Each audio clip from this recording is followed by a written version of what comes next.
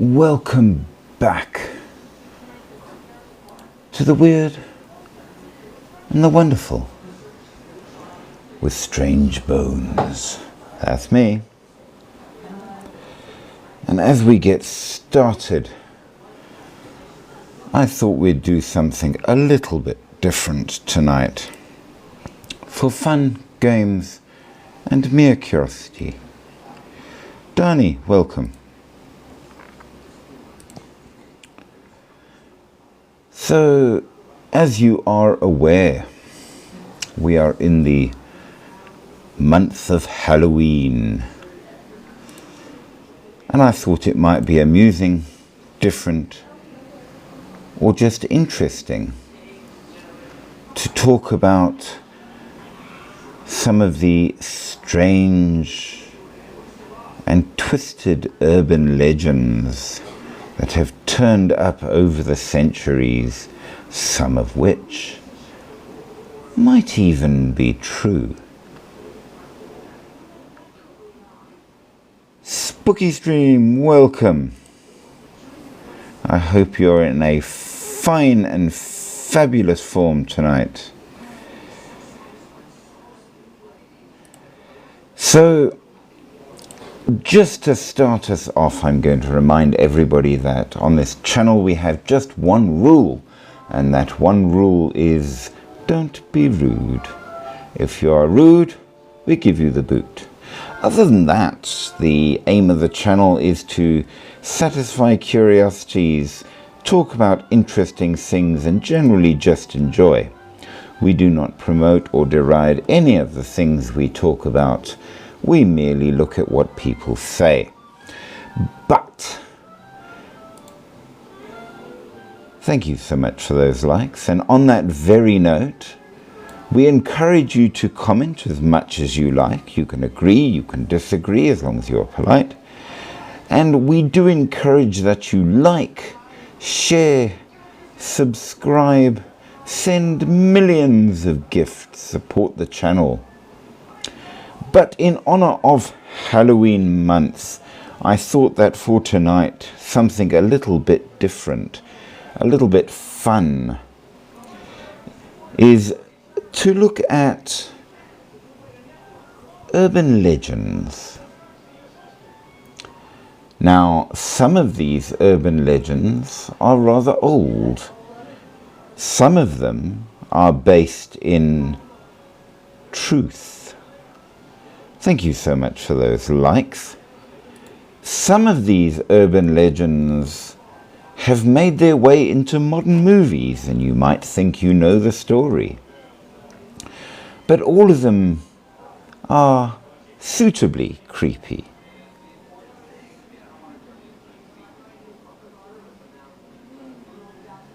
Am I fried? I am not fried. I do not do fried, I am afraid. But I do interesting and curious and strange. Now, some of these are fairly gruesome, which is suitably dark, perhaps. And if you are a sensitive person, perhaps this is not the life for you. But if you like things that are suitably weird and suitably strange, then stick around.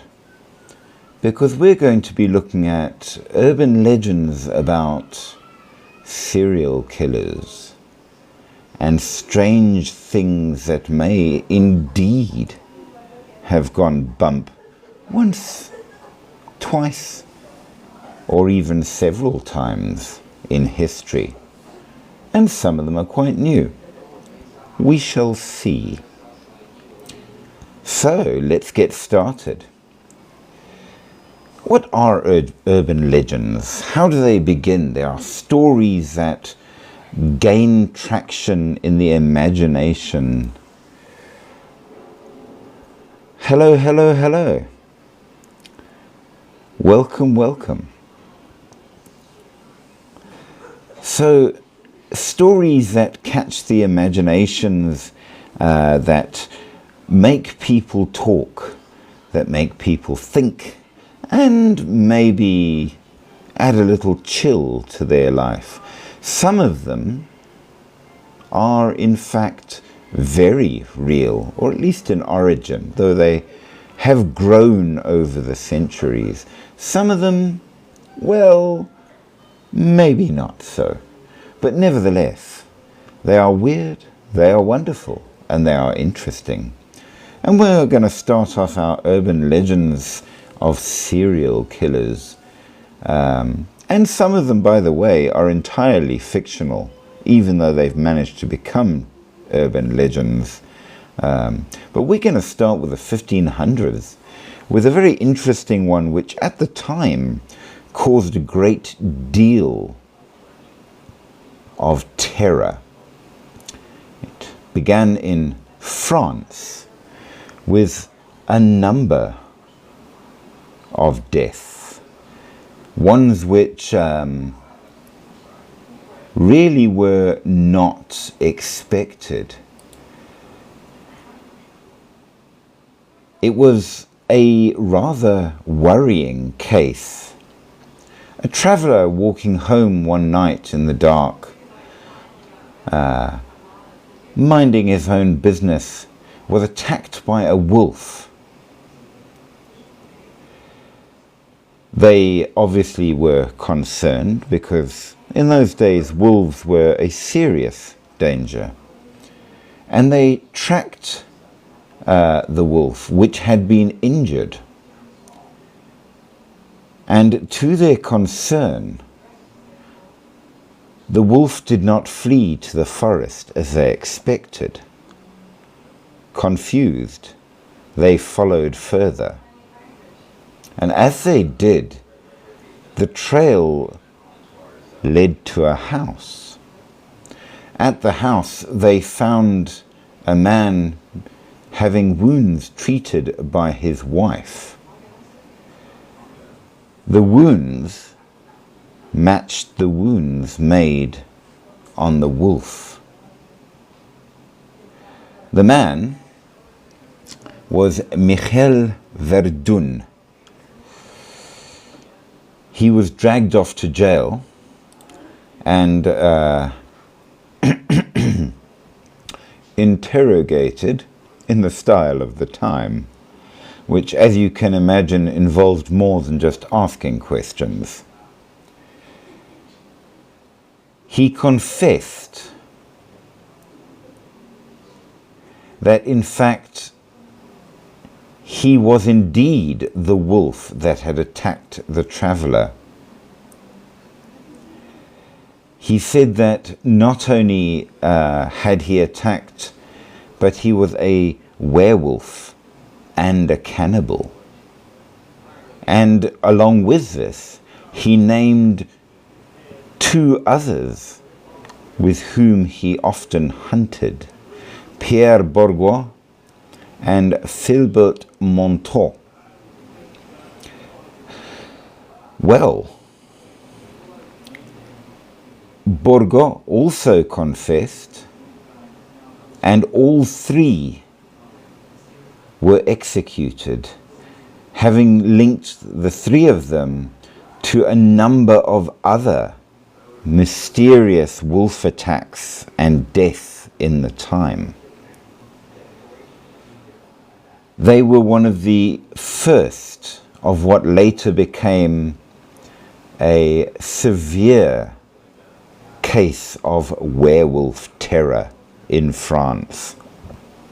And indeed, quite possibly one of the first properly documented of the serial killer cases as well.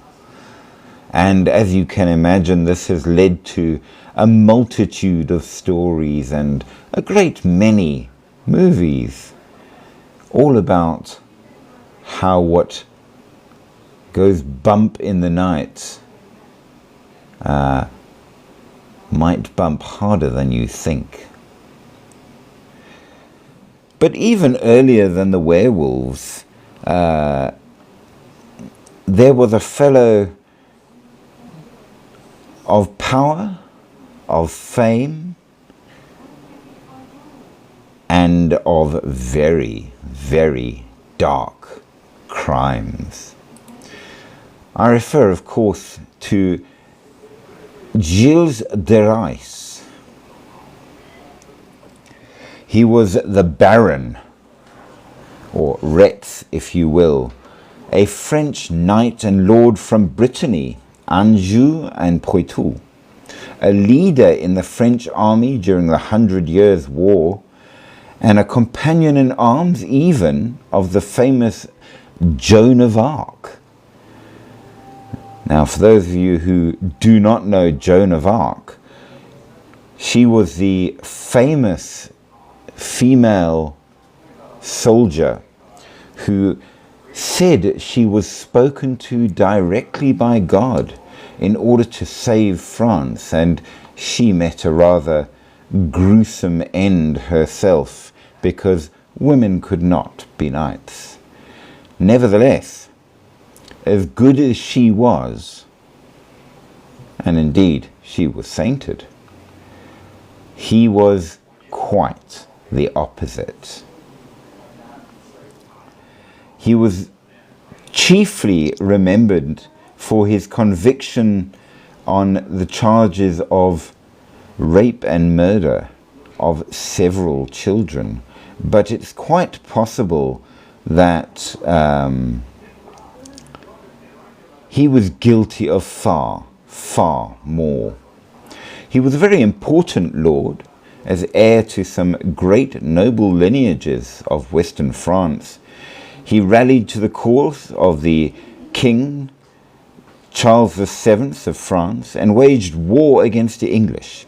In 1429 he formed an alliance with his cousin Georges de Trémoille and the prominent Grand Chamberlain of France, and was appointed Marshal of France in the same year after a very successful military campaign alongside Joan of Arc. And so he was a great man, much respect, much power, much wealth. Little is known about his relationship with Joan of Arc, unlike the privileged association between the two comrades in arms portrayed by various fictions. He gradually withdrew from the war during the 1430s, and then his family accused him of squandering his patrimony, all of the money that he had, by selling off his lands to the highest bidder to offset his lavish expenses, which led to him being placed under interdict. Hey, Endless Thoughts, how are you? You're a goat. Welcome. I like your goat. It is awesome to have you on board. Nevertheless, a spooky season tribute with ancient and modern urban legends and serial killers with possibly supernatural connections. So I hope you're interested in that. But welcome, welcome, welcome. So he was a bit of a layabout, and even the king had to turn on him. And then he assaulted a high-ranking cleric in the church of Saint Etienne de Marmont before seizing the local castle in the May of 1440, thereby violating ecclesiastical immunities and undermining the majesty of John V, Duke of Brittany. He was arrested on the 15th of September at his castle in Machecoul, and he was brought to the Duchy of Brittany, an independent principality, where he was tried in the October of 1440 by an ecclesiastical court assisted by the Inquisition for heresy, sodomy, and the murder of 140 or more children. At the same time, he was tried and condemned by the secular judges of the Ducal Court of Justice to be hanged and burned at the stake for his act of force at the Saint-Étienne de Marmont, as well as for his crimes committed against several small children. 26th of October 1440, he was sent to the scaffold with 2 of his servants convicted of murder. He might be the inspiration for the fairy tale Bluebeard, which is not so well. Hello, hello, hello. How are you? Oh, I'm good. The gracious of all time. Goodness gracious me, on top of a mountain and on top of the world.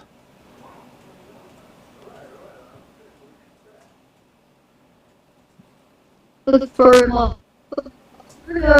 Also, microphone. Like, giving me lots of thoughts. Yeah, I hear that. It sounds like your microphone might be not doing any good at all.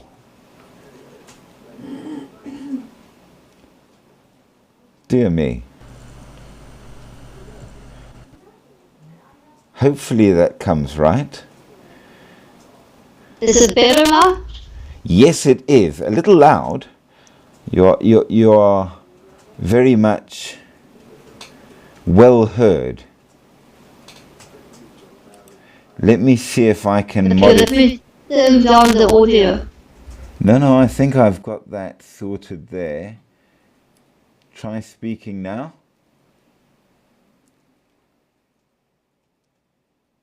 All things weird and wonderful. Who's here?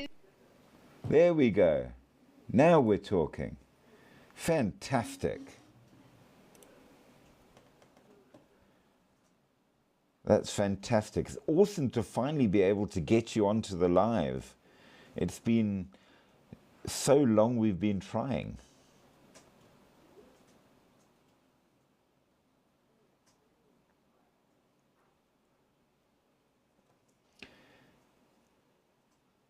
So yeah, the legend of Bluebeard is technically a fairy tale.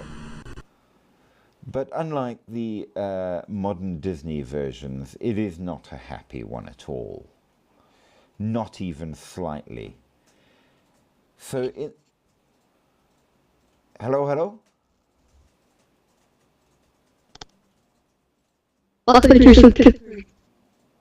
I can hear you, but it's a little staccato. Is it working for you?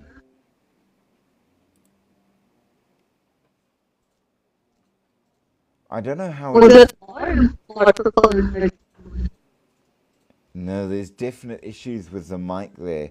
You're coming through sort of broken and choppy, which is not good at all. We want to hear your dulcet tones. The dulcet microphone. What microphone are you using?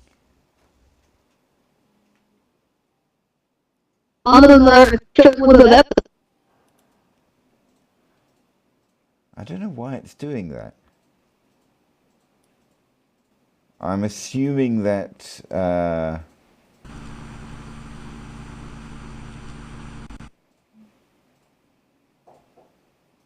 don't know. Oh, I see settings here. Yes, he is. We have a couple of people that have joined us, so I think it's going to be a good one. Old Spooky and all.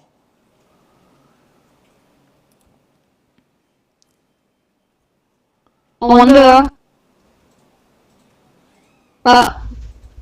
Do you hear echo? It's more that it's not the echo so much that there are sort of choppinesses, as if it's picking up with intermittent breaks. I'm not sure why it would do that. Am I clear? Do you think it could be the internet? Could be. Am I clear to you? 6.1以上的考试。Okay, perfect. So do you know the legend of Bluebeard?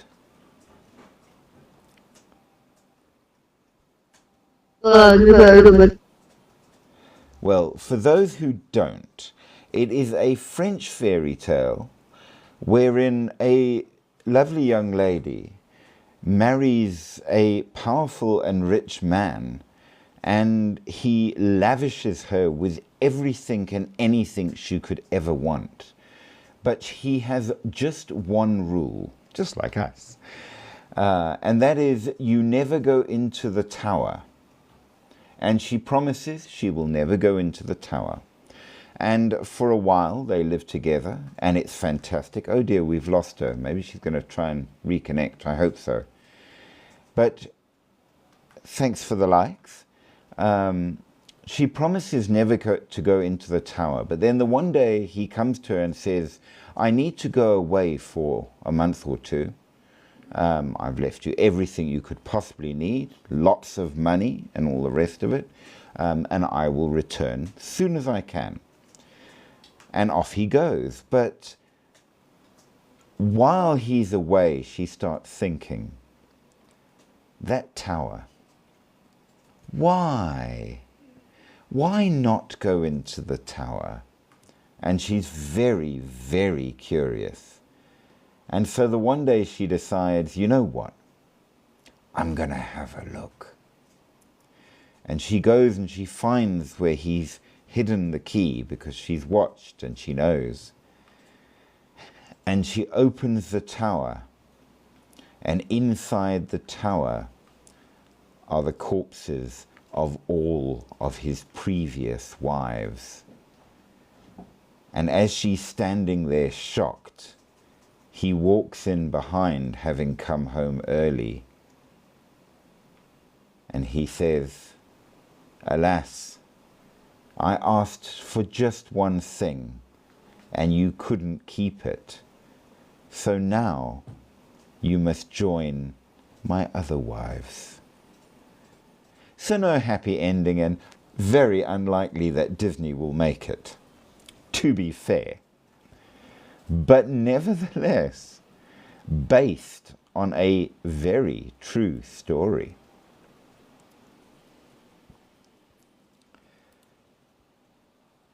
How many did he really kill? Hard to say. The records are a little sketchy. Huge thanks for all those likes there. I appreciate. But we do know that he was a bit of a dodgy kid from young, and the family had a number of arguments between back and forth, despite royal connections, and there were threats back and forth, which included varying family members being kidnapped, some being threatened to be sewn up in a sack and thrown in a river. So probably not the happiest childhood. We know that there were some kidnapped ones that were released eventually but died later anyway. So it was a very sad sort of a situation to grow up in. And then the 100 Years' War was quite a serious war. So as you can imagine, it didn't go down well at all. So a violent life, and one where he indulged in as much as he wanted, whenever he wanted. So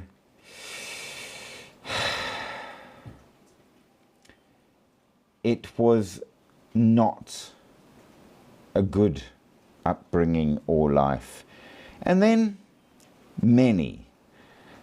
Was it as many as over 100 children? It could well have been. He was a violent and not nice man.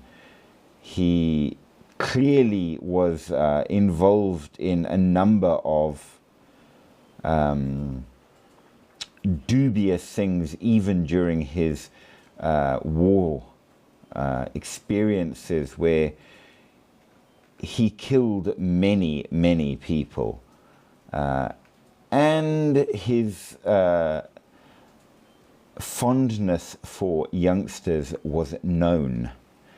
And he was protected to a certain degree by his power, but, well, yes. Huge thanks to Endless Thoughts for those very kind gifts. I appreciate that very, very greatly. We have a heart and a knock-up, or whatever they call a GoPropulse. I don't know what a GoPropulse is, but we are glad to get one. Thank you so, so much. But yes, Gilles de Rais, not a good person at all. Go popular, that's what they call it. So, right from early on, 14th century and around there, we're already seeing urban legends where people are accused of being werewolves, who admit to being werewolves, who claim black magic. He claimed that he started with sheep and animals, but blood was too hot, and so people would only do varying things said, not good ones. But of course we must now move on to the next. Thank you very, very much there. Again, it is through the great kindness of Endless Thoughts that we have reached our live goal. She is always very good to us. 10 roses, my word. Thank you so, so much. Come on, guys. You can't leave it to one person to do the likes and the more. So do show support. But it is said, jumping from Bluebeard, the French fairy tale of the Duke Bluebeard. He was said to have a rich blue beard in the fairy tale.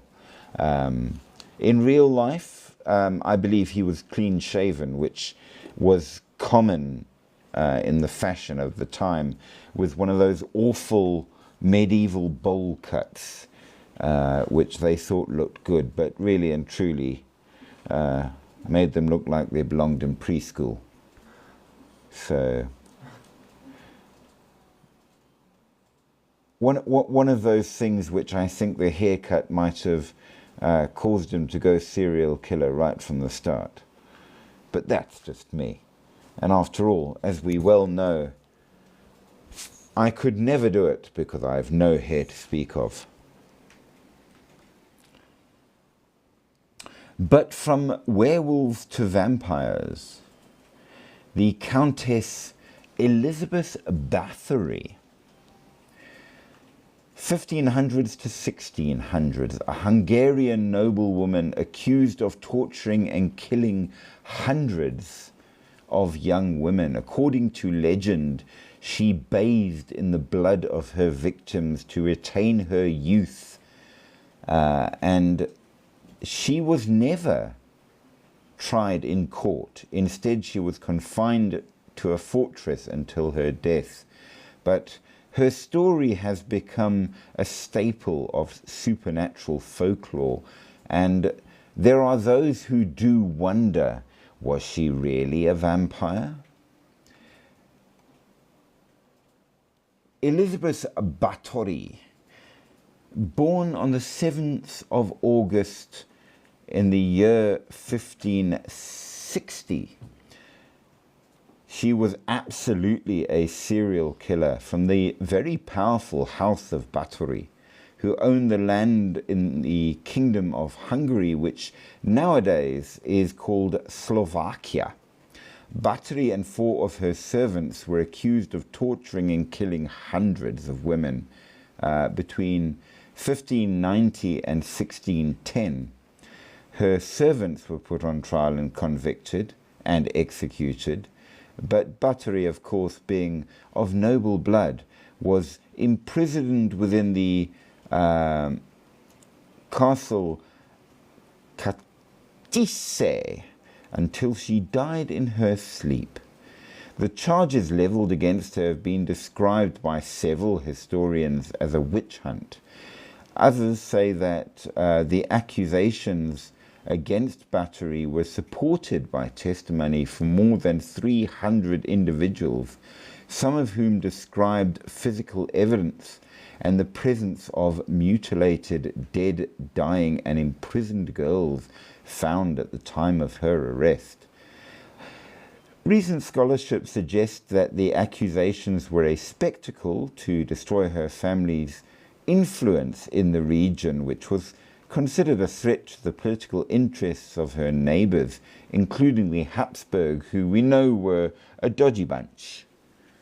Hashtag go viral, FYPP. Why 2 Ps on FYPP? For your personal page? For your page people? Cool, cool, cool.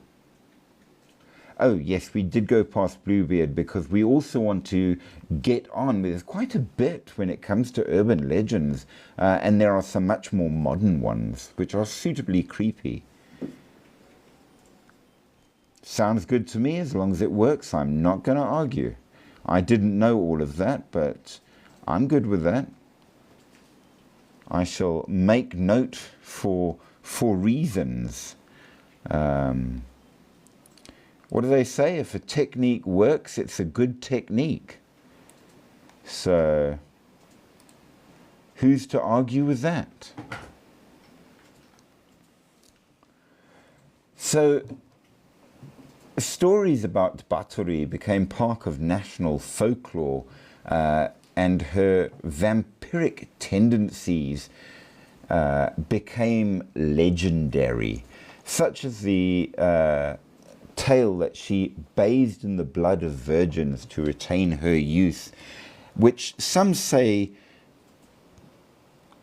were based on rumors and only recorded as supposedly factual century after her death. But these stories were repeated by at least 3 historians, and they are considered unreliable in the modern day, but nevertheless, in her time, people said that she was the Blood Countess, and some insist that it is her legend that inspired the famous story by Bram Stoker, Dracula.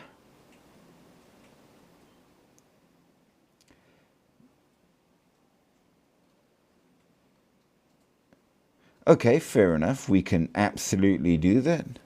I shall...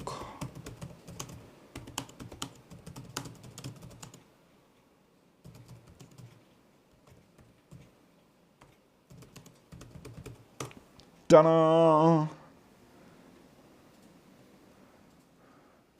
Now, we do know that Elizabeth Báthory was born on a family estate in Hungary. She spent her childhood at Ecsed Castle. Her father was a baron, and he had ruled voivode of Transylvania. Now, of course, thank you, and thank you for all the efforts, guys. That's awesome. As you know, that if you're talking werewolves, there are a number of places, but if we're talking vampires, it's Transylvania. That's got to be the place of all. So, yes, she has connections to Transylvania. She had several siblings, indeed, as well, and her older brother Stefan served as a judge royal of Hungary. She had connections to the King of Poland and the Grand Duke of Lithuania. So that's probably why she wasn't simply executed. But some say she was brought up so privileged that she was literally trained to be cruel. She may well have been epileptic as well, which in the time was not well understood at all. And one of the treatments for what they called falling sickness, which is probably epilepsy, was giving the epileptic a mix of blood from a non-sufferer or rubbing it on their lips to end the episode. Now, that doesn't sound very good at all as a treatment, and may have caused her to be overly interested in the use of blood as a cure-all. That's very, very kind for those shares. 3 people online from your list currently don't know them. Well, if people join in, we are glad. She was married, interestingly enough, even though she had a child by a peasant that was then spirited away to Wallachia, another name associated with Count Dracula. But eventually there was a political marriage to Nadasti, the son of Baron Tamas Nadaski de Nadast et Forgrafasfolt. Lovely Hungarian names to confuse you. But nevertheless, they were married at the palace of Vano, which is in Slovakia, and the marriage resulted in a combined land ownership in Transylvania and Hungary. The wedding gift to Bathory was his household in the castle of Kashtis, which is in the Little Carpathians. So, yes, it's in the Carpathian Mountains, which is where the vampires are most said to be. At the time, King Maximilian II owned the castle, but made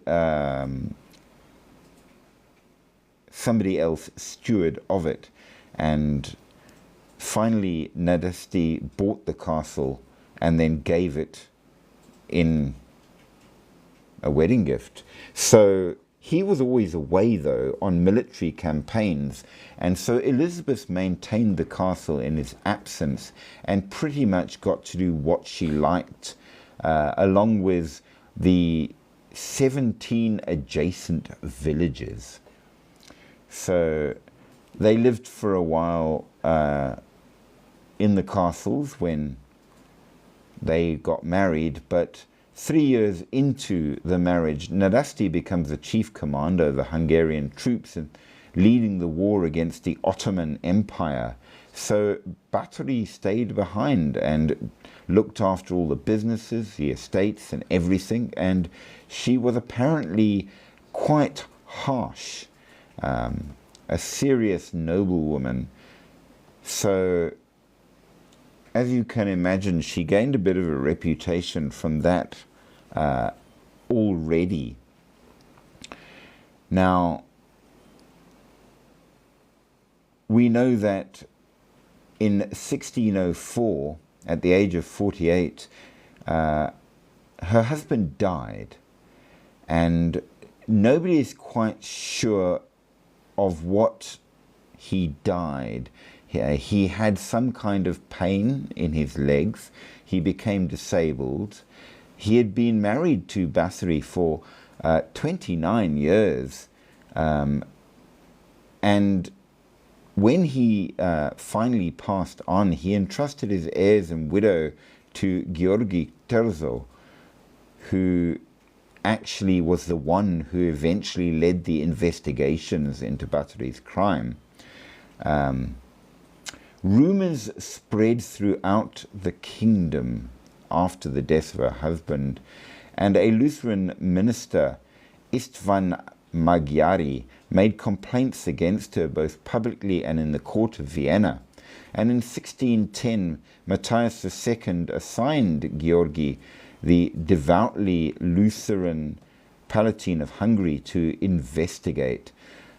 He ordered two notaries, Andras and Moses, to collect evidence, and by the October of 1610 they had collected 52 witness statements.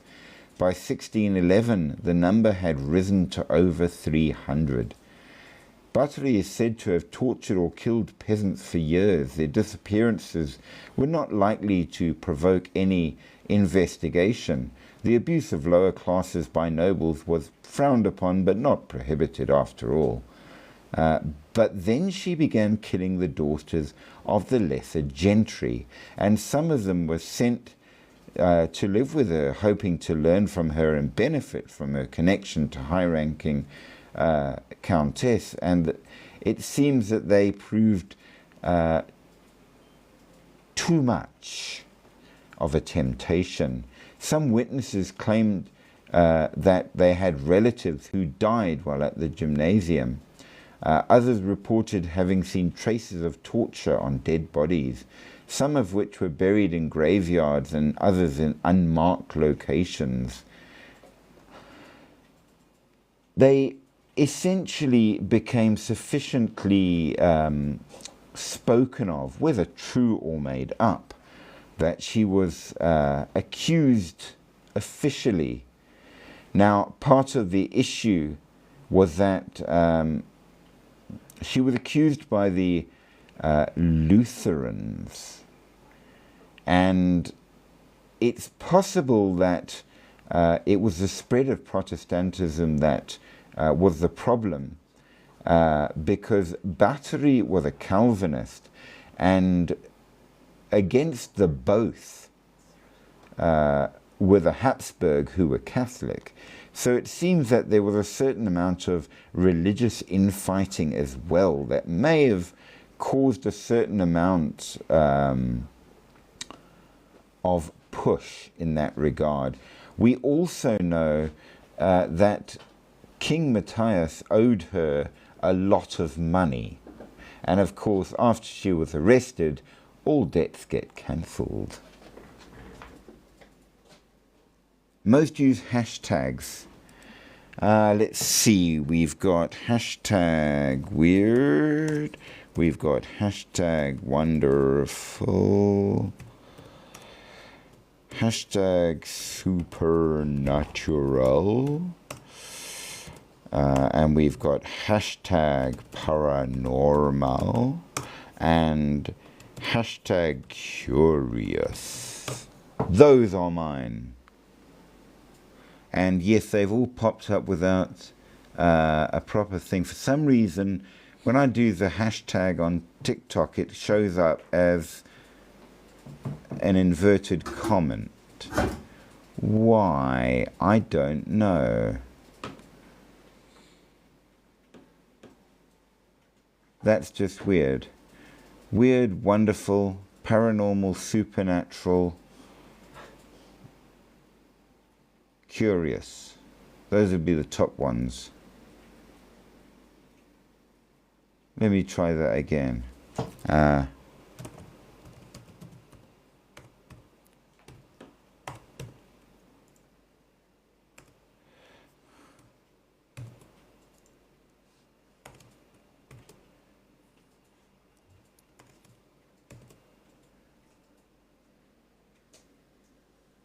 I do not understand what my keyboard is trying to achieve here. But without the hashtags,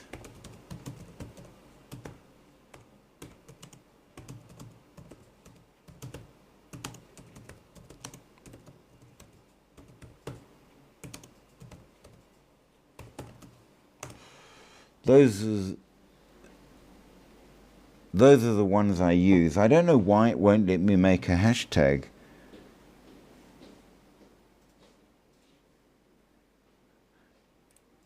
It could be. I am weird. Weird is good. I approve of weird. Non-weird is boring. So yeah, there's a lot of things that were said, and eventually Elizabeth was basically locked up in the castle and left there until she died. We do know that she was quite the sadist. She was said to be one of the most prolific female serial killers ever, but nobody can really prove it, so maybe less so. But let's jump from there and talk about Jack the Ripper. Now, here's another one that's become very much a story, and a great many things have been said all about her. Was he a real person? Was he not? Who was he? What we do know is that the victims were very, very real. So somebody, somewhere, somehow, was absolutely doing something. He is said to be unidentified. However, there is a small possibility that, as we shall see, he may have been identified quite recently. In London, one of the districts within London is Whitechapel. And in 1888, it was in a very, very, very poor area. And at the time, there were a number of sudden deaths. Most of them were women working as ladies of negotiable affection who lived in the slum areas of the East End of London. Their throats were cut prior to abdominal mutilations. The removal of internal organs from at least 3 of the victims led to speculation that their killer might have anatomical or even surgical knowledge. Rumors that the murders were connected intensified in the September-October of 1888, and numerous letters were received by media outlets and Scotland Yard from people claiming to be the murderer. Now, for those who are not up on criminology, especially British criminology, Scotland Yard is the famous head of, or headquarters of the London police. Why Scotland Yard? You'd have to go all the way into the history of Scotland Yard, but that's the main place. Now, the name Jack the Ripper originated in the Dear Boss letter, written by somebody claiming to be the murderer, which later was not only spread everywhere by the press, but is afterward believed to have been something of a hoax written by journalists to heighten interest in the story and increase newspaper circulation, because after all, there's plenty of people in London and dead ones don't matter, but good business is good business. We know that another letter was received, being the From Hell letter, received by George Lusk of the Whitechapel Vigilance Committee, and came with half a preserved human kidney, just to show that it was real. The public came to believe in the existence of a single serial killer because of this, mainly because of the extraordinarily brutal nature of the murders and also media coverage, it's possible that it was not 1742, 1888, which was quite a nice round number. I like it. So basically what we had was murders committed in Whitechapel and in Spitalfields between 1888 and 1891. It's not possible to connect all of the killings conclusively. 5 victims, Mary Ann Nichols, Anne Chapman, Elizabeth Stride, Catherine Eddowes, and Mary Jane Kelly, are known as the canonical 5. Murders between the 31st of August and 9th of November in 1888 are most likely linked. The murders were never solved, and the legends surrounding these crimes became a combination both of historical research and folklore and urban legend, capturing the public's imagination till today. When did paper become a thing? You mean newspapers? Well, broadsheets have been around before even the printing press. Way back, you did have what they would call a woodcut, where everything was carved onto a sheet of wood in reverse. It was then pressed to ink like, you know, the old potato stamps, and then it was pressed to multiple sheets of paper. And indeed, a great many of the historical woodcuts dealt with serial killers. So they've absolutely been the interest of choice for centuries. So it's very relevant. And of course, as you can imagine, true there were, but stone tablets are far fewer and far between, and generally were kept for other things. Clay tablets were used a lot for political types, recording and such. But it was really woodcuts that started the urban legends. And once you had the printing press, of course, it just took off. And you got what was called the penny dreadfuls, which were stories of urban legends, including Jack the Ripper, that were printed out on really, really cheap paper and cost a penny. And they were usually absolutely awful and, yes, dreadful stories. And they were hugely popular, especially in London. So, absolutely, yes. Urban legends have been a thing for centuries. So, yes, very, very much so. As soon as people figured out that you could stick ink on paper, serial killers were a thing. I think one of the earliest woodcuts that was ever still in existence, that was ever made, was on a serial killer, and in fact werewolves. And I do believe it involved Peter Stumpf. So there you are. Thank you for the likes there. I appreciate that greatly. So with that, oh, Mickey Mew, I didn't see you had arrived. Welcome, welcome, welcome. It is always fantastic to see you here. We are doing urban legends and serial killers. So, yes. Now, we know that the mid-19th century England, there was an influx of Irish immigrants that really increased the populations of major cities, including the East End of London. From 1882, Jewish refugees fleeing the pogroms in the Russian Empire and other areas of Eastern Europe came to the same area. And Whitechapel in East End became overcrowded with, and don't laugh, remember we're talking about a very small area, and a while back, the population increased to approximately 80,000 inhabitants. Work and housing conditions worsened and a significant economic underclass developed.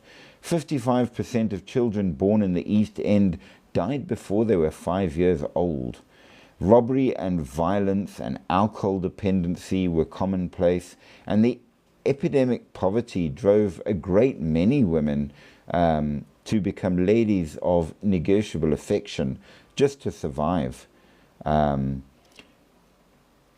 In 1888, October, London's Metropolitan Police Service estimated that there were 62 brothels and 1,200 women working in Whitechapel alone, with approximately 8,500 people residing in no more than 233 common lodging houses every night, just in Whitechapel. And the nightly price for a coffin bed was 4p, which in 2023 would be the equivalent of $2 or £2.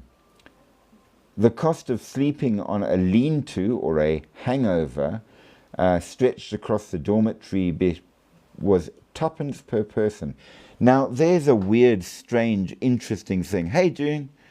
So the woodcut had ink on them, not crafted or scratched.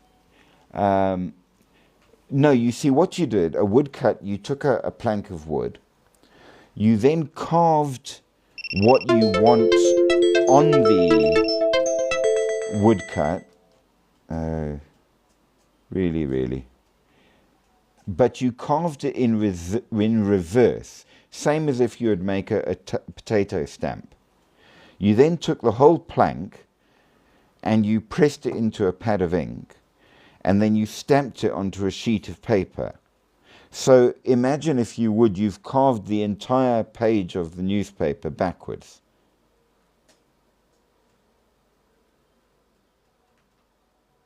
And made a stamp out of it.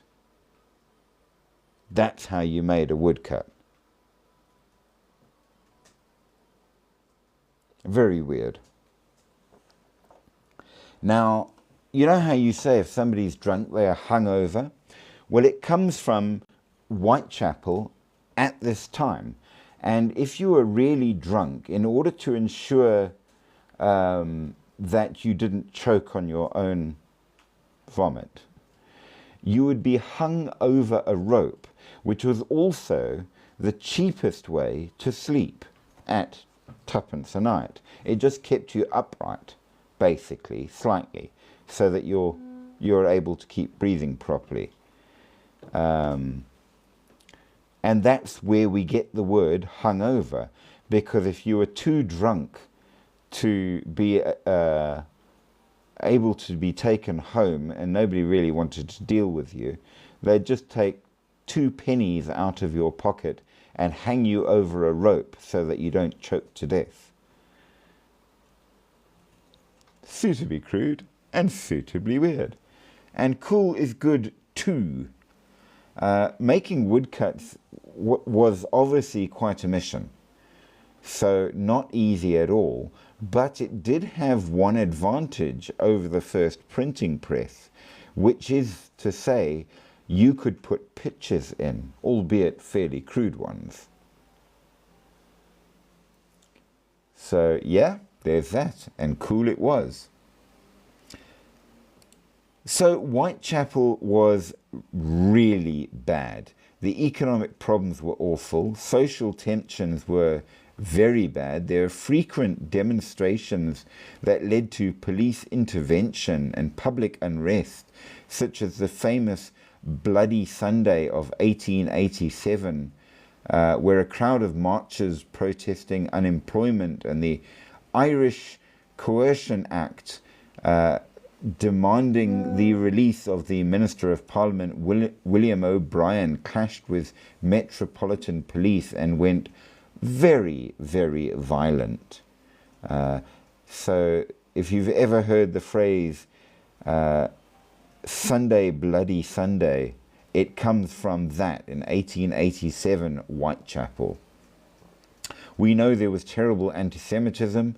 nativism, racism, social disturbance, severe deprivation, and Whitechapel was a notorious den of immorality, which always puts me in mind of that comment from the first Star Wars, speaking of the bar.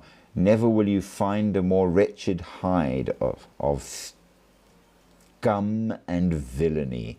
And that was Whitechapel. Yay, we did indeed. Thank you so much for that.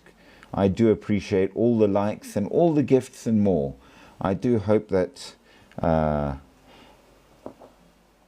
other people have contributed too, seeing as it is always you good guys that do all the hard work. But nevertheless, it's awesome to have you guys on board. Thank you, thank you, thank you. So within these pretty awful environs, large numbers of attacks against women in the East End were pretty common. Many were murdered, and the only real way to link them to a single serial killer was the method in which that they were done. 5 of the 11 said to be were absolutely, almost certainly, the work of Jack the Ripper. The experts point to very, very typical and common deep slash wounds to the throat, extensive abdominal and genital area mutilation and the removal of internal organs, progressive face mutilations that were the modus operandi that seemed to be one person. We do notice that the first 2 cases on the Whitechapel murders file, that of Emma Elizabeth Smith and Martha Tabram, are not part of the canonical 5. Interestingly enough, they didn't fit exactly to the standard, as it were. Though they were fairly awful murders nevertheless, they may have been gang violence. We know that the first woman was bludgeoned and the second was stabbed, but not slashed as with a razor, which was pretty much the Ripper's method. Now, of the canonical 5, the first was Mary Ann Nichols, discovered in the early morning on Friday, 31st of August in Bucks Row, which is now Durwood Street in Whitechapel.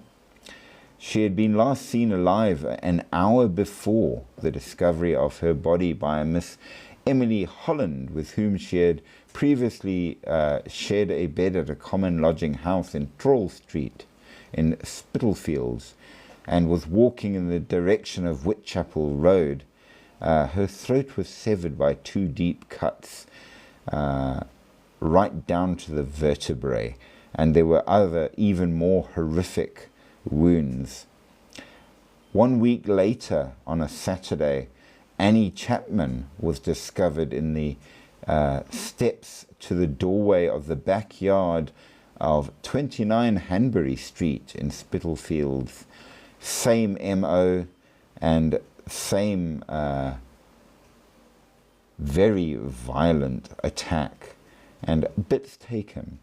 At the inquest into Chapman's murder, Elizabeth Long described having seen Chapman standing outside the house at 5:30 in the company of a dark-haired man wearing a brown deerstalker hat, a dark overcoat, and of a shabby genteel appearance.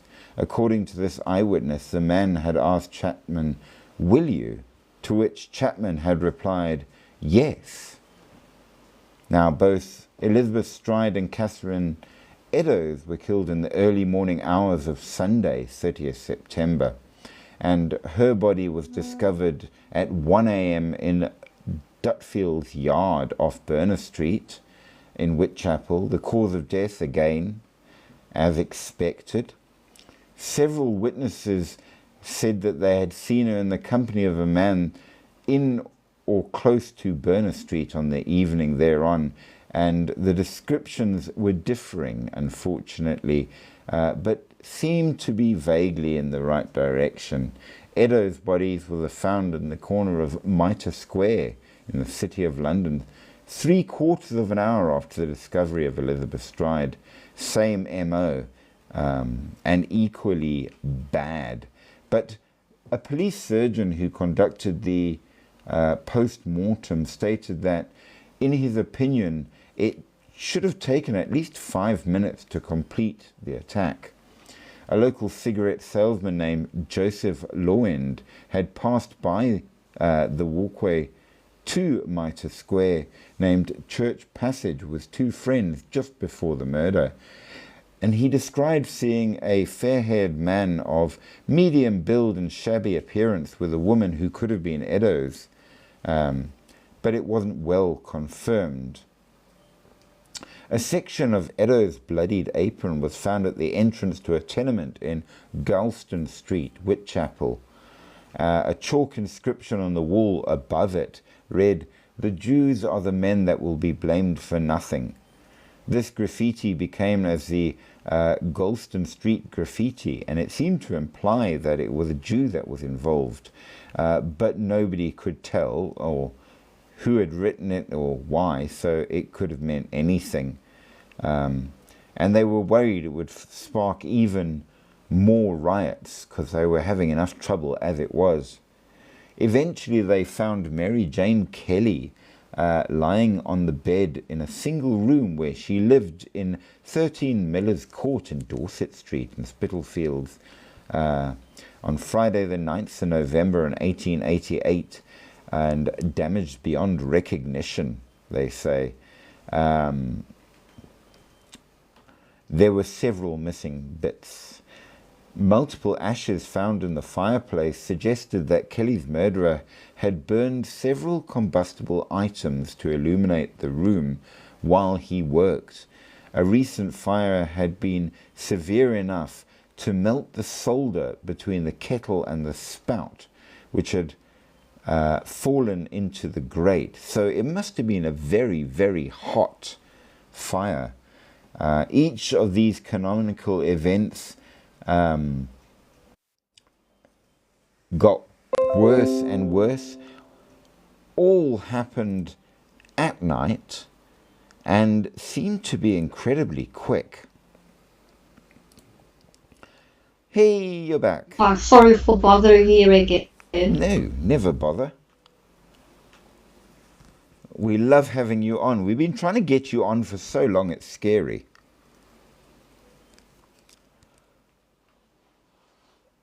Now, now you are on, and we are glad. A mountain goat reaching the peak of existence.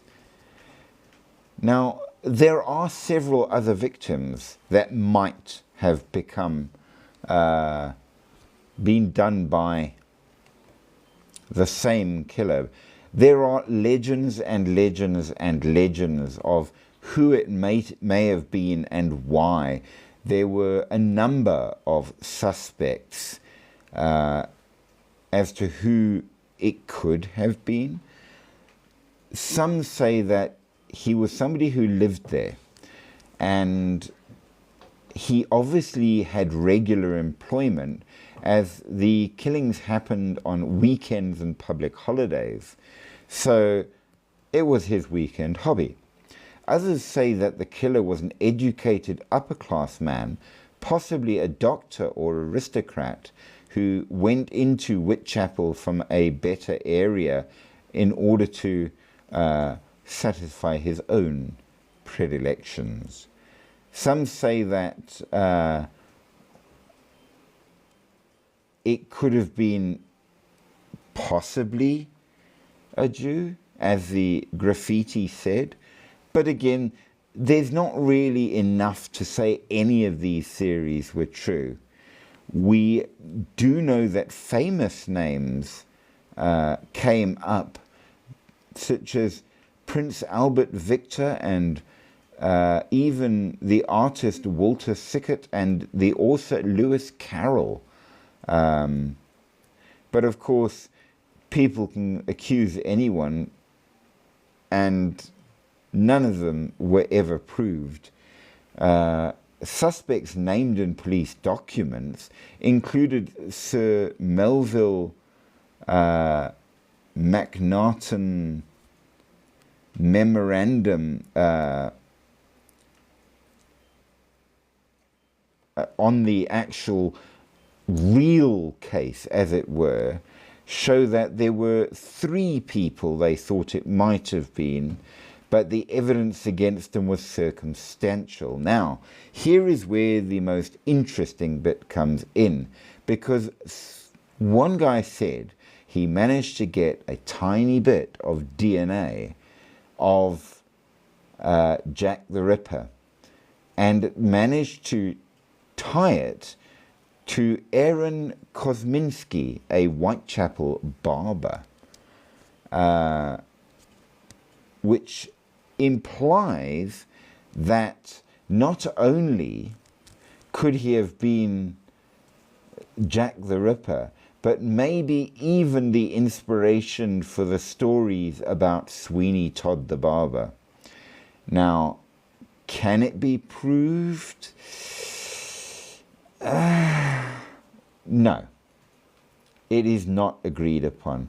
Even the letters which were written just don't give much. There are several famous ones. They may have been perpetrated by somebody else. We don't know at all. All we know is that somebody did it. And whoever it was, well, he's never been caught, which after all makes him the best Jack the Ripper of all.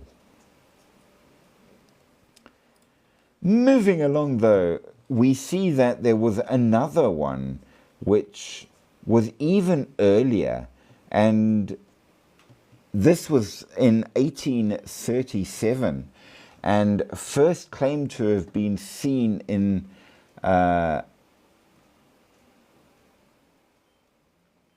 places all over the United Kingdom, London, the Midlands, Scotland even.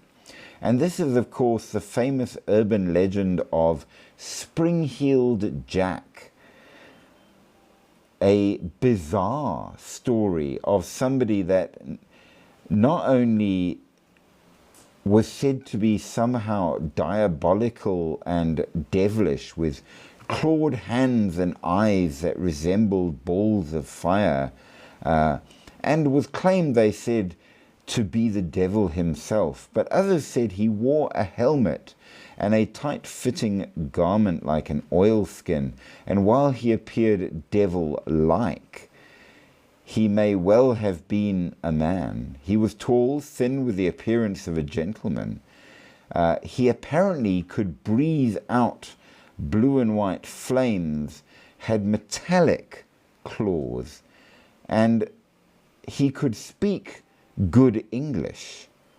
Now, these stories, of course, went crazy and grew all over the world, but it seems that they may have a basis in truth, and it seems that this particular individual had built himself a suit in order to amuse himself by terrifying people. The first alleged sighting of Spring-Heeled Jack were made in London, and the last reported sighting in Liverpool. Now, it would seem that the later sightings may well have been just made up from the original story, but the first one in October of 1837 was by a girl by the name of Mary Stevens walking up Lavender Hill. And while she was walking where she was working as a servant after visiting her parents in Battersea. I have walked up Lavender Hill right there from Battersea, just so you know, on her way to Clapham Common, which is where I went to. And she said a strange figure leapt at her from a dark alley. After immobilizing her with a tight grip of his arms, he kissed her face, tore her clothes, and touched her with his claws, which were, according to her disposition, cold and clammy like those of a corpse. In panic, she screamed, and the attacker fled. The commotion brought several residents, who immediately launched a search for the aggressor, but he had disappeared. Next day, the leaping character is said to have accosted another victim near Mary Stevens' home, inaugurating the method that would appear in all later reports, that he jumped out of the way of a passing carriage, causing the coachman to lose control and crash and severely injure himself. The witnesses claimed he jumped over a 9-foot wall while cackling with high-pitched ringing laughter, and thus he got the name from the public and the press, Spring-Heeled Jack. Now, the weird thing is, he never killed anyone, frightened them, occasionally injured them, but it seems that his only interest was terrifying people. And it seems that while he may have occasionally harmed people, most of the stories of harm are not entirely provable. So it seems that this was actually some young fellow, at least originally, who was having a good laugh and built himself a suit, which became then an urban legend. But let us move on to one from folklore to popular culture. What about Candyman? Now, we know that in 1992 you had the movie called Candyman, but the legend traces its origins to much further back. According to the story, the myth traces its origins to the son of an enslaved person who was brutally murdered and lynched for falling in love with a white woman in the late 19th century. And because of this,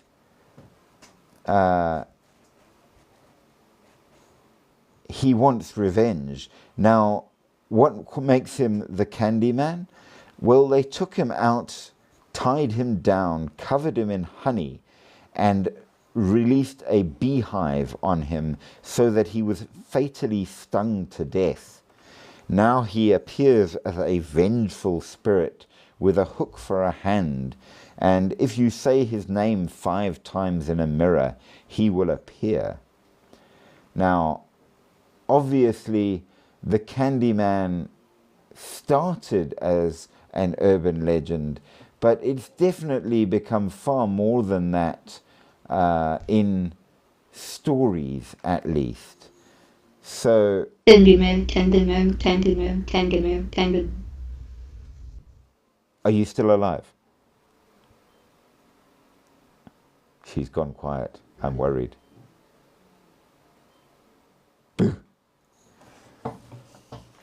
Yes. You're still there. Okay, it didn't work. This is good. I was worried briefly because after all, we don't want the Candyman getting you. The next interesting one, which is again one to say in a mirror, is that of Bloody Mary. And this is actually quite an old one. And some say that maybe it goes back as far as some stories of Elizabeth Bathory. We're not sure. She's said to be a ghost who will appear in a mirror after her name is chanted repeatedly. The origin story varies, but she's typically depicted as a murder victim seeking revenge. In some versions of the story, she was murdered after her prom. She can use her supernatural abilities to kill those who summon her, sometimes in very gruesome ways. Alas, of course, like the Candyman, this one is not true. The next one, however, is true. And this is really interesting. So, according to the urban legend, there is a man in a bunny suit who will attack you with an axe under the Bunnyman Bridge. It's an overpass that I believe is in Fairfax County, Virginia. If you walk through it at midnight, the Bunnyman will basically attack and kill you. Now, here's the thing. There is a reasonable amount of evidence that it's actually true. Now, there was a real life incident in 1970 where a mental patient who escaped from the mental asylum was there in that area. Apparently, he may or may not have murdered his own family on Halloween, but this guy was a real life person and a mental patient that escaped, and he wore a bunny suit, and locals saw him under the bridge, and of course that was more than enough to make everybody go utterly crazy. And from that the legends began. Now, I don't know if he ever actually managed to unalive anybody with an axe, but he was seen there, and I imagine seeing a very large, because apparently he was tall, like 6'2", 6'3", a very large man in a bunny suit in the middle of the night under the bridge. That would be enough to make you a little bit concerned. So there you go. The next one, of course, is the legend of the Headless Horseman, and that one is an entire fabrication by Washington Irving, the legend of Sleepy Hollow. But it's based on two stories that are true, one of which happened in the north of America with their attempt to use camels to manage the desert, where a soldier got caught in the harness of the camel that fled, because camels are not easy to manage, and apparently he got his head knocked off when the camel went under a tree, but the body remained attached to the camel, and the corpse on the camel was seen by a number of other people. This, combined with another true story of a rather famous Hessian soldier who got his head taken off by a cannonball in a battle, eventually became the story which Washington Irving made into the legend of Sleepy Hollow. But not all of these things are American or British. We have a very interesting one from the Philippines. And this is a famous ghost story, and apparently anybody from the Philippines will tell you that they know it. The White Lady of Balit Drive, a famous legend where a ghost of a long-haired woman who died in a car accident on Balit Drive in Quezon City. She's said to haunt the road, appearing to lone drivers late at night, sometimes asking for a ride, and then her face appears suddenly bloodied and bruised. Some accidents on the road have been blamed on her suddenly appearing in the car. So there you go. The next one is another urban legend which even I've heard. We've got versions in South Africa of this, and it certainly comes from America, and I can think of at least 3 movies I've seen that had the same story. And this is the legend of a killer with a hook for a hand who will attack young people who sneak off to quiet places to fray. And in many versions of the story, he's a faceless old man wearing a raincoat and a rain hat that hides his features. It comes from around the 1950s, and of course, it was reprinted in the newspaper, and so it became everywhere.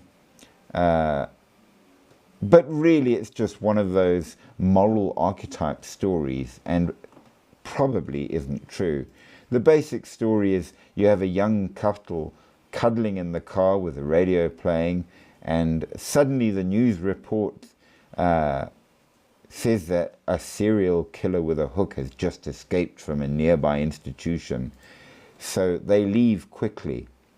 When they get back to the lady's house, the killer's hook is found hanging on the door handle or embedded in the car. Various versions include scraping sound on the car door. Some say that they narrowly escape, and some say one or both don't escape. One version which I heard in South Africa has the man getting out to see what the noise was outside, and then the woman sitting in the car and hearing a drip, drip, drip. And when she looks out, her boyfriend is hanging from the tree under which they parked with a hook embedded in him. So everybody has heard this story. Is any of it true? No, I'm afraid not.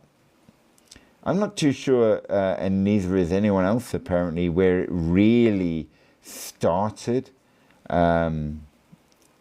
But it's one of those stories that say, don't go out with your girlfriend and fray, especially when your daddy says not to. So, yeah, you can say your words, you can summon your ghosts. There is some debate on some of these legends having a genuine historical reality. Bloody Mary may have been Mary the First of England, for example, who had around 300 Protestant dissenters burned at the stake during her reign, earning her the name of Bloody Mary. Or possibly Mary Worth, who was identified as a woman who killed slaves escaping the American South via the Underground Railway. But there's no real certainty for any of those at all, so the stories are probably just to scare you in Halloween.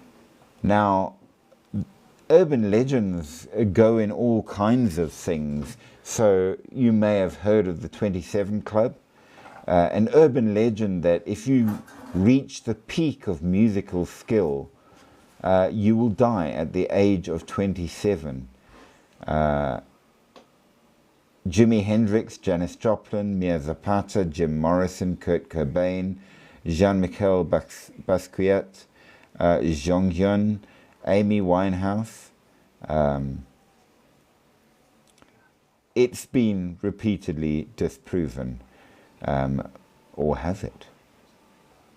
Maybe only certain of them got that good. Then you also have the urban legend of the 1962 Halloween massacre, which is a photo of a costume party that was held in which several people were reportedly and mysteriously killed. It's not true.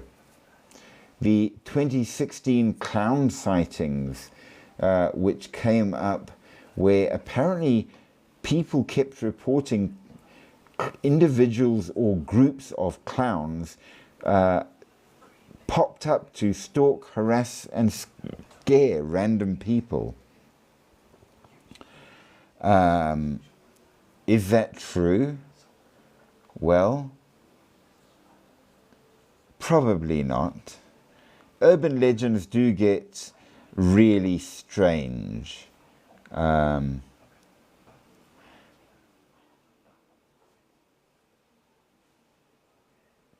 Can such things be true? Well, there's the ankle-slicing car thief, an urban legend that tells of a driver that keeps hearing noises under their car while they're driving. Eventually, they stop to investigate and their ankles get sliced open with a knife. And while they're rolling around on the ground in pain, the car thief emerges from under the car where he'd been hanging and drives off in it. I've heard that one. Probably not true.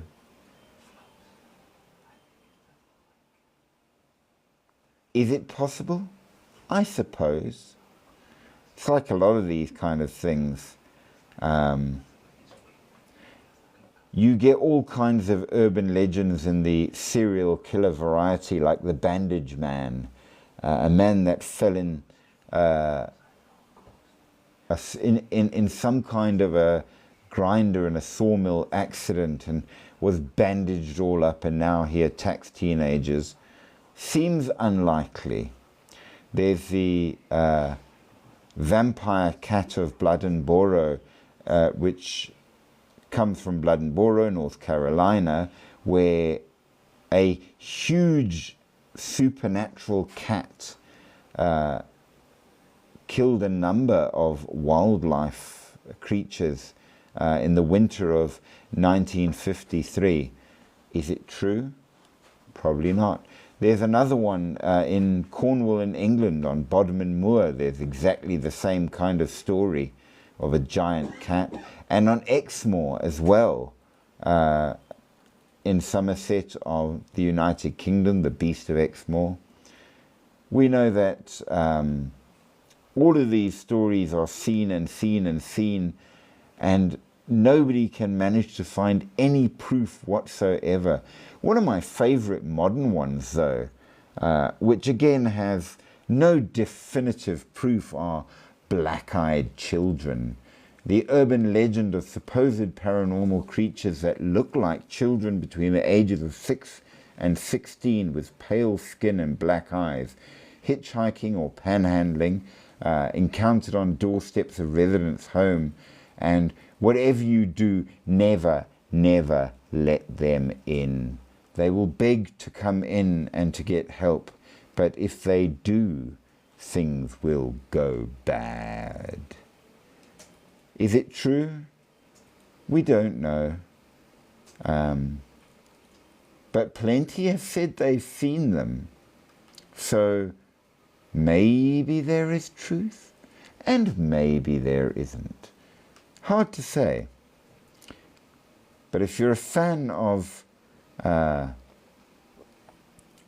urban legends and horror movies, there's enough to excite the mind in that regard.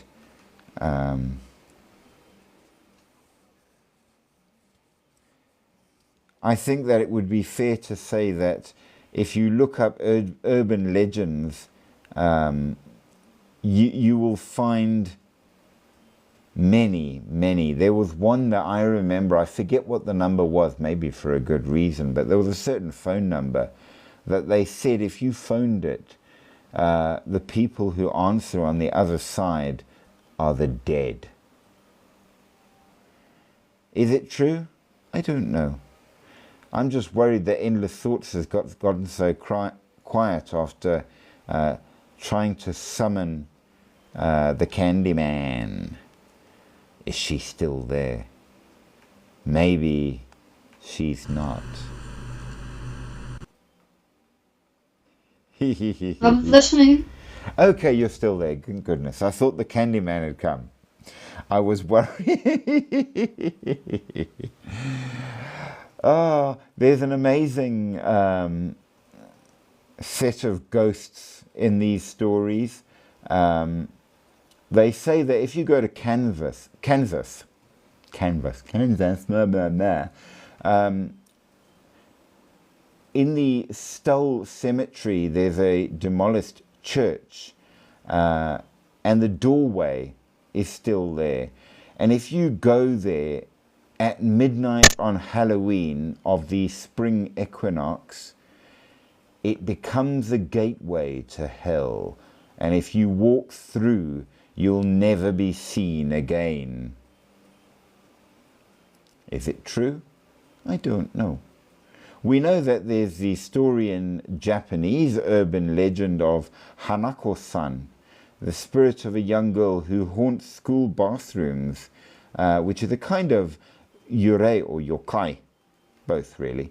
And if you go into the girls' bathroom, usually on the third floor of a school, and knock 3 times on the third stool, and ask if Hanako-san is present, she will reply, yes.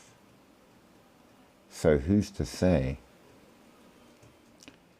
We have plenty of ghosts from suicides. We have, of course, the Hat Man, which is a kind of shadow person.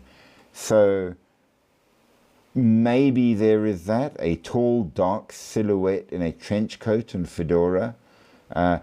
It's very modern, of course, because it became most prolific on TikTok. Now, those will go on and on and on for thousands of stories. The White Lady, of course, as we know, is not just in the Philippines. And the curious thing is that the stories from the different countries and cultures are all very much the same. You have Dama Branca in Brazil. In Canada, Dames Blanches. The Czech Republic have their version, the best known one being an actual named person, Percha of Rosenberg. So they even know who she is. Estonia has got, Germany has got the Witwenweiber, or the Weiße Frauen.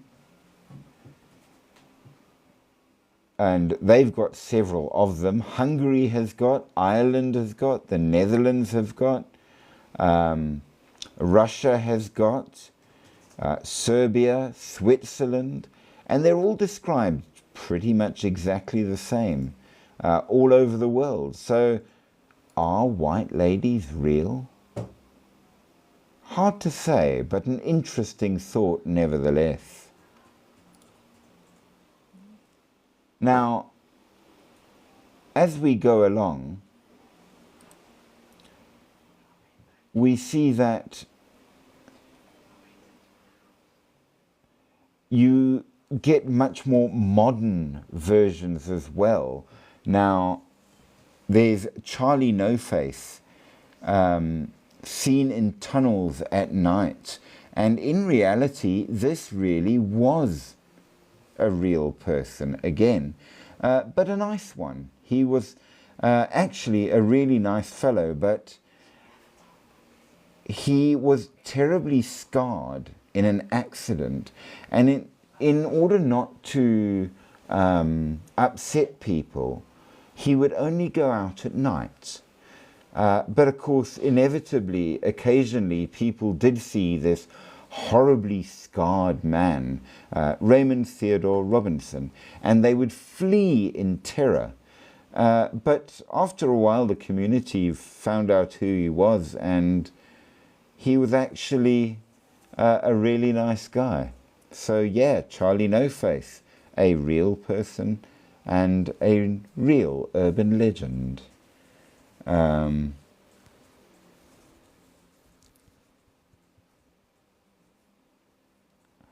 Several other strange creatures and things have appeared over the century. The much more modern versions of these things include one which I really do like, the Japanese train girl, where apparently a girl fell on the tracks and the train came through and she died being sliced in half. And people have claimed that even in a traveling train on that particular line, you look out the window and you might... Hold on for a moment. Tired? You might very well see her looking back in, searching for her legs. Is it true? Well, I haven't been to Japan to check. I suppose it's possible. Who's to say what's out there? We know that, of course, in terms of serial killers which are not quite human, the Algonquin for centuries have legends of the Wendigo. That's just an urban legend. In Canada, you have your Kuchisaki Onna, which is the slit-mouthed woman, which is a very modern one, which we actually covered in our Ghost Live. The woman with a mask on her face to cover the fact that somebody cut her ear to ear, and she will come to you in an alley and say, "Do you think I'm pretty?" If you say no, she will kill you. If you say yes, she will take off her mask to reveal the terrible wounds and go, "And now," and then kill you anyway. The only way to get around it, of course, and avoid being slashed yourself to death, you have to say, "Wait, do you think I'm pretty?" And then when she hesitates, run. Now, the Slender Man, of course, is a very modern one that basically originated around 2009, but has taken a life of its own in contemporary folklore. Figure is depicted as an unnaturally tall, thin man with elongated limbs and no facial features, often in a dark suit and tie. The Slender Man is known for lurking in forests, abandoned areas, stalking his victims, especially children. And they typically involve the ability to influence or control the minds of his victims, leading them into the woods where they vanish without a trace. His presence is associated with feelings of paranoia, memory loss, and confusions. In some versions of the legend, his arms can become tentacles to capture those who stray too close to him. We suspect that his appearance originates in Photoshop, which is that they had in 2009 a contest with Photoshop for creating paranormal images, and his one was the creepiest, it seemed, but it absolutely became an internet phenomenon, and now you even get games, books, and even a movie based on him, which is quite impressive for something that maybe never exists. Now, he's been linked to a number of real-world events, including acts of violence, such as the 2014 stabbing case of the Slender Man, where two young girls murdered a classmate as a sort of deranged sacrifice to the Slender Man. So it's inspired terrifying things. Going back a bit in time, the Navajo Skinwalker is absolutely a legend that lasts to this day. We've already mentioned things like the bunny man. The Kongomato is a cryptid from Africa, Zambia, Angola, and Congo, described as a giant bird-like creature that inhabits the area and will swoop down on its victims. It has a wingspan reportedly up to 7 feet and is absolutely carnivorous and has injured, according to legend, many people as well as carried some off. And in one case in the 1950s, a man arrived at a hospital in Marisa in Zambia with a terrible chest wound and said that he was attacked by the Kongomato. Some say it was purely a myth. Some say it was a surviving dinosaur like a pterosaur. But nevertheless, it continues to terrify to this day. Another place which is suitably terrifying is the Dao Hill forest in India near Kurseong, notorious for being the most haunted place in the country. In the Darjeeling district from where we get the good tea, it is a very dense, misty forest at the base of the Himalayan mountains, and several chilling urban legends and ghost stories have come from there. The most well-known tale revolves around mysterious footsteps that echo through the forest when nobody is there. Many report intense feeling of being watched, and some claim to have seen a headless boy following them while walking on the path, only to disappear if ignored. The path with the most notorious sightings is known as the Dead Road. Nearby is the century-old Victoria Boys High School with quite a lot of paranormal activity and ghost stories. And people have said that you can hear inexplicable laughter and footsteps and cold spots all over. And some wonder if the ghosts in the forest aren't boys that passed away in the school for some reason. But nevertheless, it is suitably macabre. Now, here's one which I think is one of my absolute favorite of all time. And this is a story that you've heard a version. So a young girl is left home alone for the night, but she'll be okay because she's allowed to have her dog in her bedroom, which sleeps under her bed. And whenever she feels a little scared, she reaches down and the dog licks her hand, comforting her as she tries to sleep. And it's ever so sweet and ever so nice. At night, as the night progresses, the girl hears noises from the nearby bathroom like scratching or dripping, causing her to continue reaching down to feel the dog's reassuring licks. Eventually unable to sleep because of the continuing noises, she decides to be brave and investigate. And she follows the noise to its source, where hanging from the shower rail is the horrifying sight of her dead dog. Written on the wall in blood are the words, "Psychopaths lick hands too." Now, of course, there are all kinds of urban legends that are suitably terrifying. And we could go on and on with hundreds, but I think that is more than enough. We can see that they affect people sufficiently that people will do things to make them real.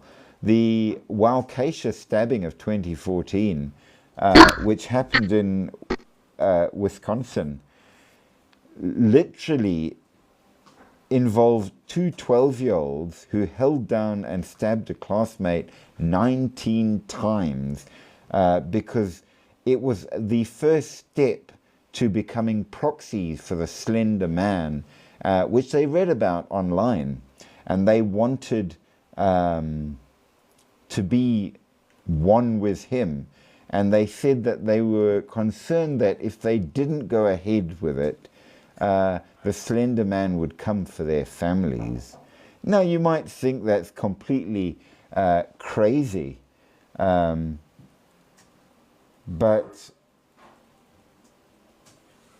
there you go. The slender man watches and can read your mind. So they do say that experts later said that she believed she had conversations with Lord Voldemort and one of the Teenage Mutant Ninja Turtles. So it's quite possible that she wasn't entirely hinged right.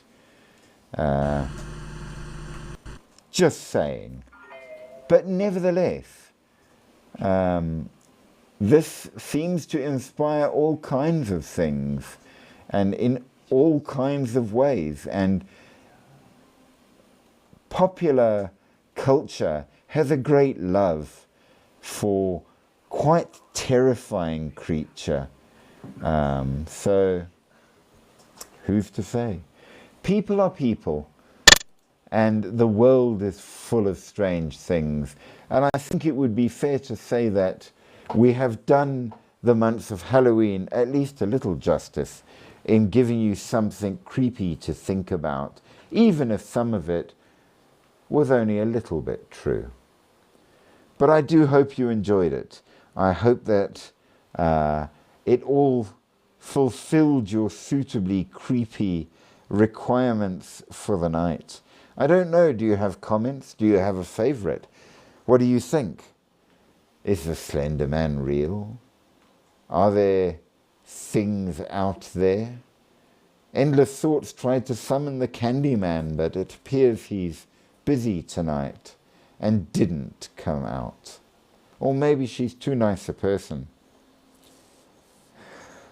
Who's to say? I have never seen the Candyman or the Hookman. Have you? What is your No, favorite? the Candyman has been debunked. Yes, apparently so. There is no Candyman. I'm sad about that. But I think a lot of stuff you mentioned was real. Well, a lot wasn't. The Bunny Man was real. The Bunny Man was definitely real. And There weren't suicide killers and then from the green rug ripping on the collar. oh, the Hookman. The Hookman probably wasn't. Some of them might be based on real people. Some were real and never caught. I mean, Jack the Ripper and Spring-Heeled Jack were probably real. Well, Jack the Ripper was. Spring-Heeled Jack probably was. Bloody Mary in origin may have been. The no-faced or the hack-faced man was. So enough was real to terrify, but some of them were innocent, at least. What about black-eyed children? What do you think? Could they be real? I don't know. Maybe the girl in the alley. Yes. They say, at least, that is based on a true story. There was somebody that was attacked, and then the urban legend grew out of this poor girl that was attacked. Not that she really became a ghost, but that there was an incident in a modeling agency where somebody was really jealous of one of the girls and slashed her face with a pair of scissors. So, certain truth. And of course, to comfort me, I have a cat that sat on my lap. So, I have a munchkin. But she doesn't really love me. She only comes... See, there's her tail. The munchkin only comes to see me when she's cold. or she wants attention?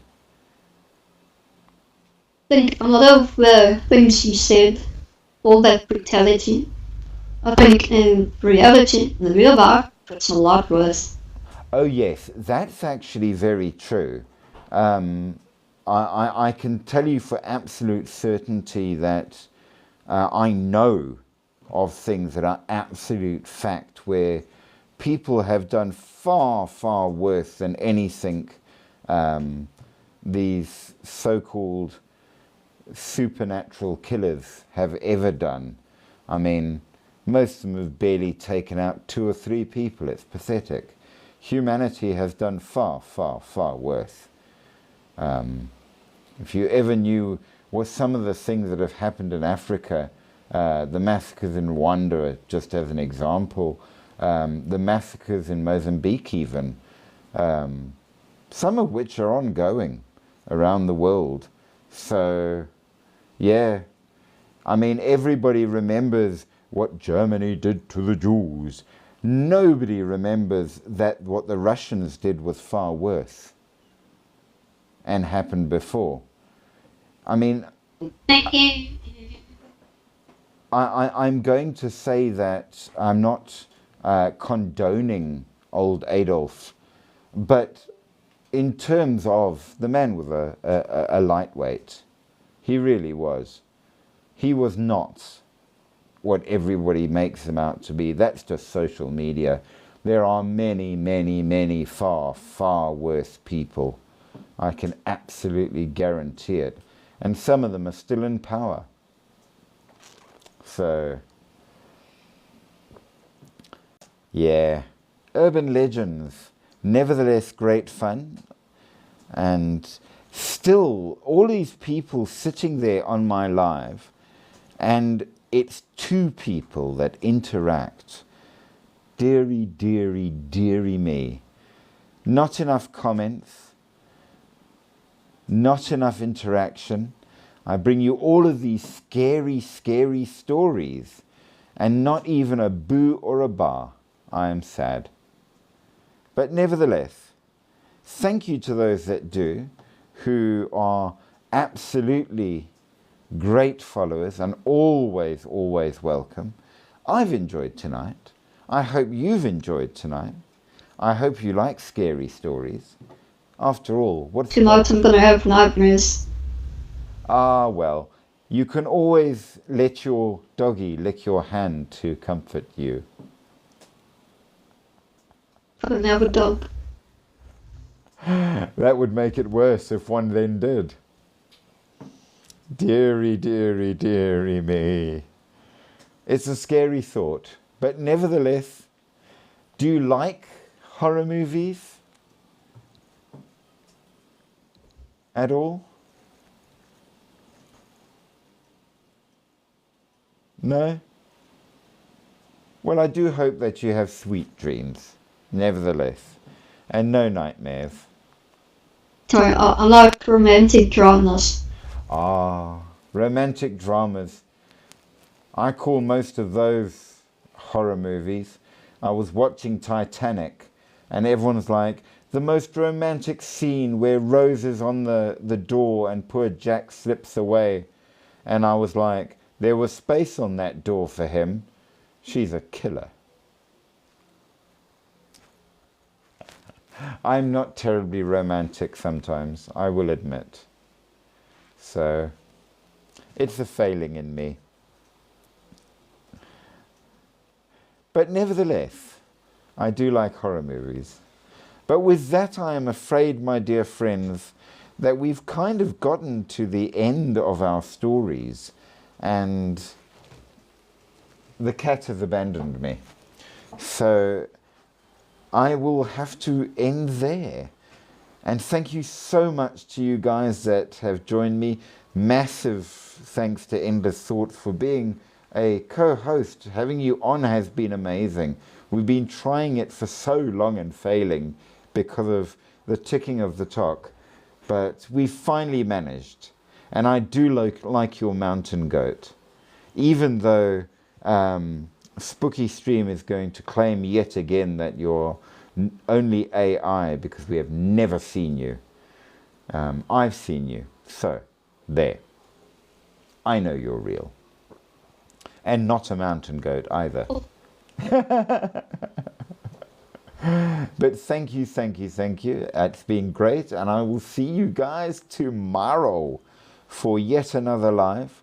Hopefully we will come up with something suitably different, because I certainly do need new ideas to add to my list, which is getting shorter and shorter and shorter. So we shall have to see what we can do to find more things to discuss. But if you have any ideas, send me a message, drop me a line, let me know. I would love to hear from you. But until then, I bid you good night. Sleep deep, sleep sweet, but sleep with one eye open. Because as we now know, there are things out there that go bump in the night. And if we're not careful, they might go bump for you. Good night. Good night.